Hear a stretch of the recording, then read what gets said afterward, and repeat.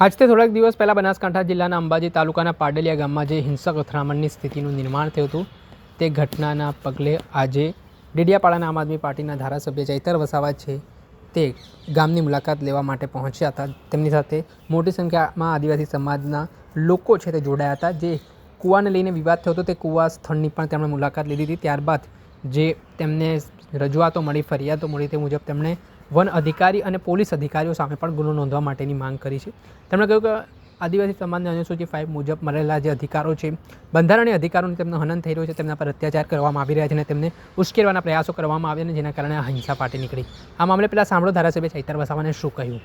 તો જે પ્રકારે કૂવાને પૂરી દેવામાં આવે, કૂવામાં આ બેનના પતિ પણ એમાં જ મરણ પામ્યા છે, ત્યારે એમાંથી પાણી પીતા હતા અને કૂવાને પૂરી, એટલે આ એક આદિવાસી પ્રત્યેની સરકારની માનસિકતા છતી થાય છે।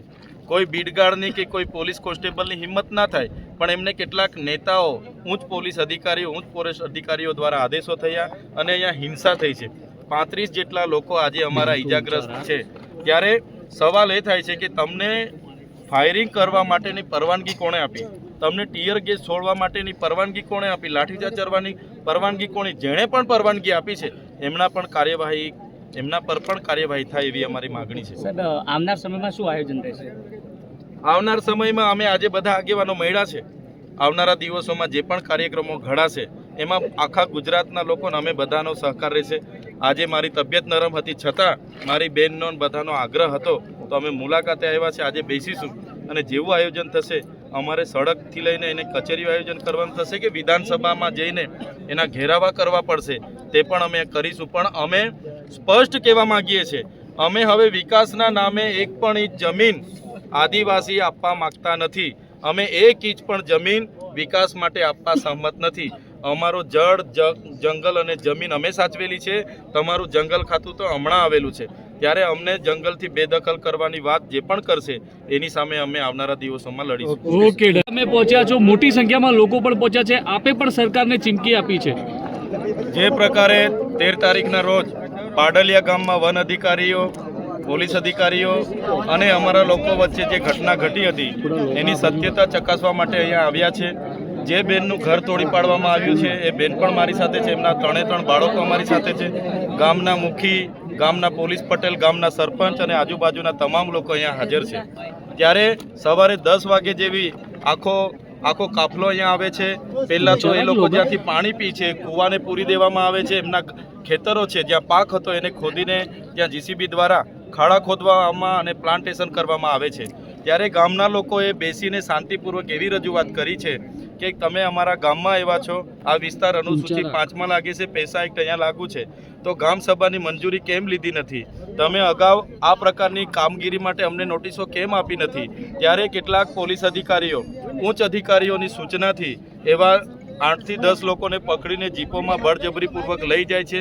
એમને છોડાવવા માટે ગામના લોકો પ્રયાસ કરે છે, ત્યારે ગામના લોકો પર તરત લાઠીચાર્જ કરી દેવામાં આવે છે અને ગામના લોકોને દોડાવીને મારવામાં આવે છે, જેમાં 32 થી 35 લોકો અતિ ગંભીર રીતે ઘવાયેલા પણ છે।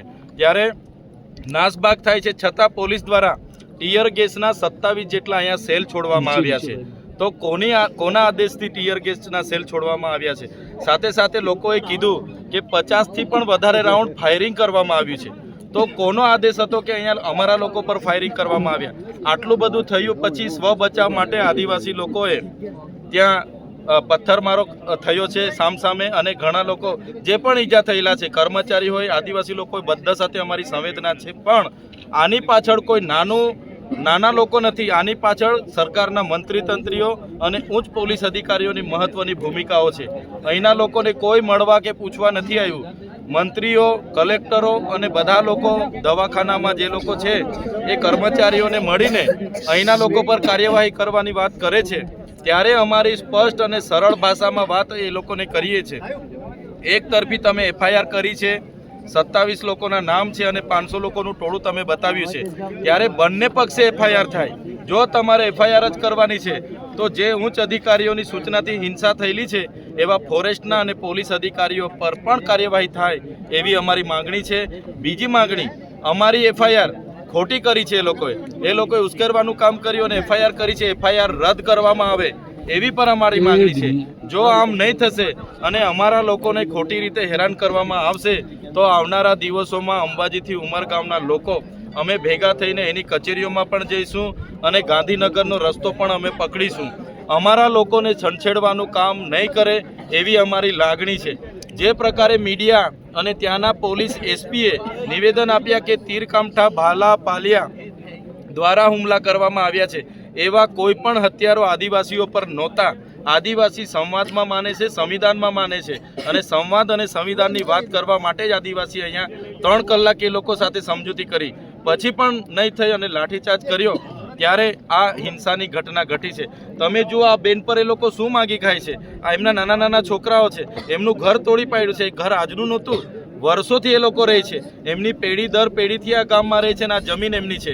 એમણે 2006ના વન અધિકાર અધિનિયમ અંતર્ગત દાવા પણ કર્યા છે. તો સરકારે એ દાવા મંજૂર કરીને આપી દેવા જોઈએ, સનતો આપી દેવી જોઈએ. સરકાર કેમ નથી આપતી?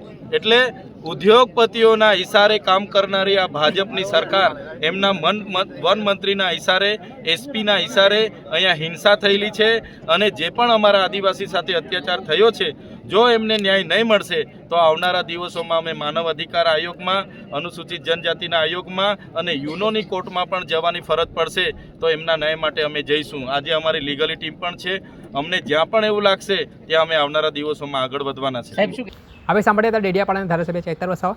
તેમણે કહ્યું કે જે 27 જેટલા લોકો સામે ગુનો નોંધવામાં આવ્યો છે અને જે નિર્દોષ લોકો સામે કાર્યવાહી થઈ રહી છે તે મામલે તેમણે કહ્યું કે જો આ બાબતે પાડેલિયા ગામના લોકોને ન્યાય નહીં મળે તો આગામી સમયમાં દેશના અલગ અલગ રાજ્યોમાંથી આદિવાસી સમાજના લોકોને તેઓ એકત્ર કરશે, સંમેલન બોલાવશે અને સરકાર સામે બંધ પોકારશે. ત્યારે હવે જે રીતે ચૈતર વસાવાએ સરકારને ચેતવણી આપી છે તેને લઈને રાજનીતિ પણ ગરમ થઈ છે. આરોપ પ્રત્યારોપનો દોર ચાલી રહ્યો છે. ત્યારે આગામી સમયમાં આ મામલામાં શું કાર્યવાહી થાય છે તે જોઈ રહ્યું. દર્શક મિત્રો, આવા જ વિડીયો જોવા માટે એનકવરેજ ન્યૂઝ જોતા રહો.